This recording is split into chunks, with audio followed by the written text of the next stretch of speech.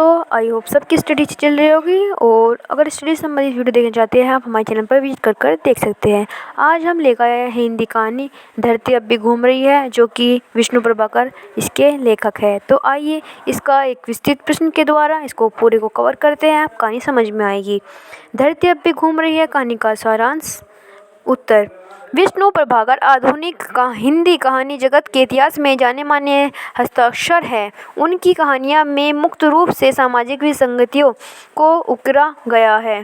स्वतंत्र भारत में रिश्वतखोरी भ्रष्टाचार कहानियों में मुख्य रूप से सामाजिक विसंगतियों के उकरे आकांक्षाओं स्पर्धा की एक बड़ी समस्या बन चुकी है। प्रत्येक तंत्र ऊपर से लेकर नीचे तक भ्रष्टाचार के दलीले में अटका कंटक डूबा है। मेहनत और ईमानदारी के कार्य करके परिवार का पालन पोषण करना दुष्कर हो चला है।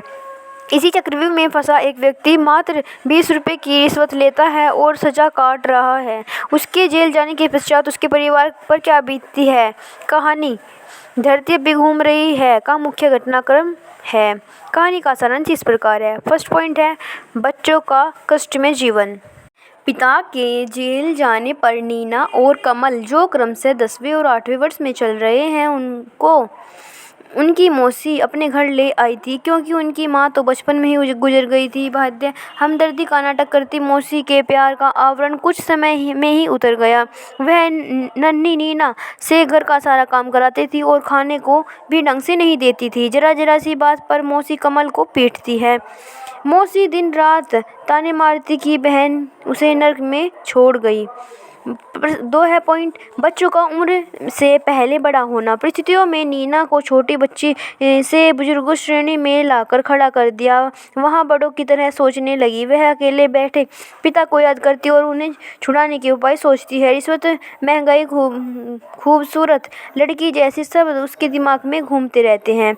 रिश्वत के प्रकार। बातों को गंभीरता पूर्वक सोचने पर नीना पाती है कि रिश्वत के कई प्रकार होते हैं। एक प्रोफेसर लड़की की खूबसूरती से प्रभावित होकर उसे अव्वल करा देते हैं। एक जज 3000 लेकर डाकू और 5000 लेकर एक औरत की हत्या करा देने वाले व्यक्ति को छोड़ देते हैं। नीना के मौसा कहते हैं कि गंजे हकीम के पास खूबसूरत लड़कियां भेज दो और उसी को कोई भी काम करा लो।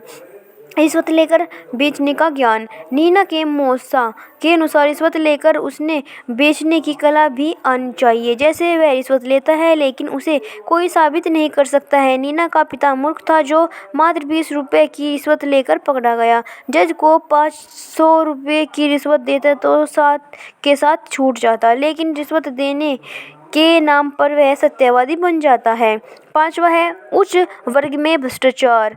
रिश्वतखोर और भ्रष्टाचार का बोलबाला उच्च वर्ग में भी कम फैला हुआ नहीं है। वह भी सिफारिश का एक ऐसा जाल बुना गया है कि आम आदमी का प्रवेश संभव नहीं है। छोटे जज की बेटी भुवन मोहिनी का सांस्कृतिक विभाग में उपदेशक के पद पर चयन हो जाता है, जिसके लिए बड़ी पार्टी आयोजित की जाती है। सचिव और डायरेक्टर दोनों कहते हैं कि भुवन मोहिनी को कोई मना नहीं कर सकता है। तभी सूचना मिलती है कि जज साहब का बेटा इनकम टैक्स ऑफिसर के पद पर चयनित हो गया है, क्योंकि अधिकार उसके पिता से अधिक उसकी पत्नी निर्मला का मुरीद था। सचिव साहब उसे कौटुंबिक प्रतिभा की संज्ञा देते हैं।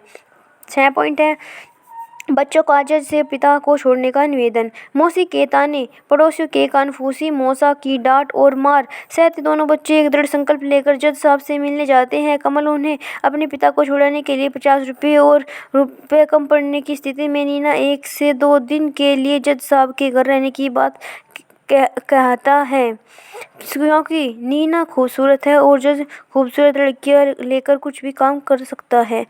अंत बच्चों के इस प्रकार के शब्द सुनकर लेखक को लगता है कि शायद अब पृथ्वी सूर्य के चुंबक से हटकर टूटकर नीचे गिर जाएगी, लेकिन लेखक का यह विचार मात्र था। धरती अब भी घूम रही है अर्थात समाज में भ्रष्टाचार और रिश्वतखोरी का बाजार अब भी गर्म है।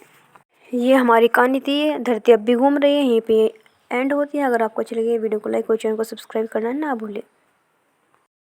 दोस्तों कैसे हैं आप सभी, आशा करते हैं सभी अच्छे होंगे, सबकी स्टडी अच्छी चल रही होगी। तो आइए आज की वीडियो में हम धरती अब भी घूम रही है अति लघु उत्तरीय प्रश्न करेंगे, जो कि टॉप 14 क्वेश्चन है। तो आइए शुरू करते हैं। फर्स्ट है, विष्णु प्रभाकर जी का जन्म कब और कहाँ हुआ था। विष्णु प्रभाकर का जन्म 21 जून 1912 को मुजफ्फरनगर जिले के मीरापुर कस्बे में हुआ था। धरती अब भी घूम रही है कहानी के रचनाकार का नाम बताइए। विष्णु प्रभाकर। कहानी धरती अब भी घूम रही है के बच्चों की उम्र क्या है। नीना ने अभी 10 वर्ष भी पूरे नहीं किए हैं और कमल 8वें वर्ष में चल रहा है। बच्चे अपने मौसा मौसी के पास क्यों रहते हैं। बच्चों के पिता रिश्वत लेने के आरोप में जेल में बंद थे और मां मर चुकी थी, इसलिए वे अपने मौसा मौसी के साथ रहते थे। प्रश्न संख्या 5, मौसा मौसी का व्यवहार बच्चों के प्रति कैसा था।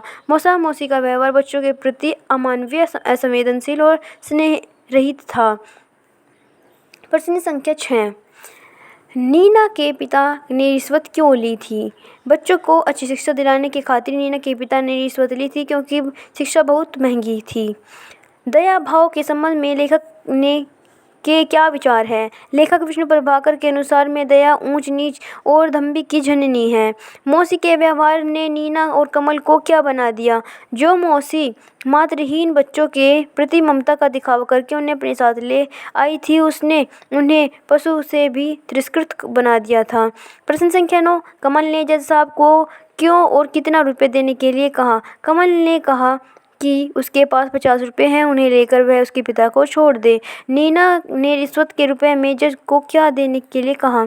नीना ने रुपये कम पड़ने पर की स्थिति में स्वयं को जज के पास 1-2 दिन रहने के लिए कहा। कमल ने क्यों कहा कि उसकी जीजी खूबसूरत है।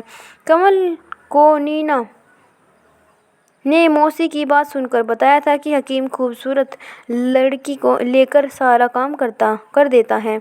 धरती अब भी घूम रही है की समस्या पर आधारित है। धरती अब भी घूम रही है सामाजिक अवमूल्यन और रिश्वतखोरी की गंभीर समस्या पर आधारित है।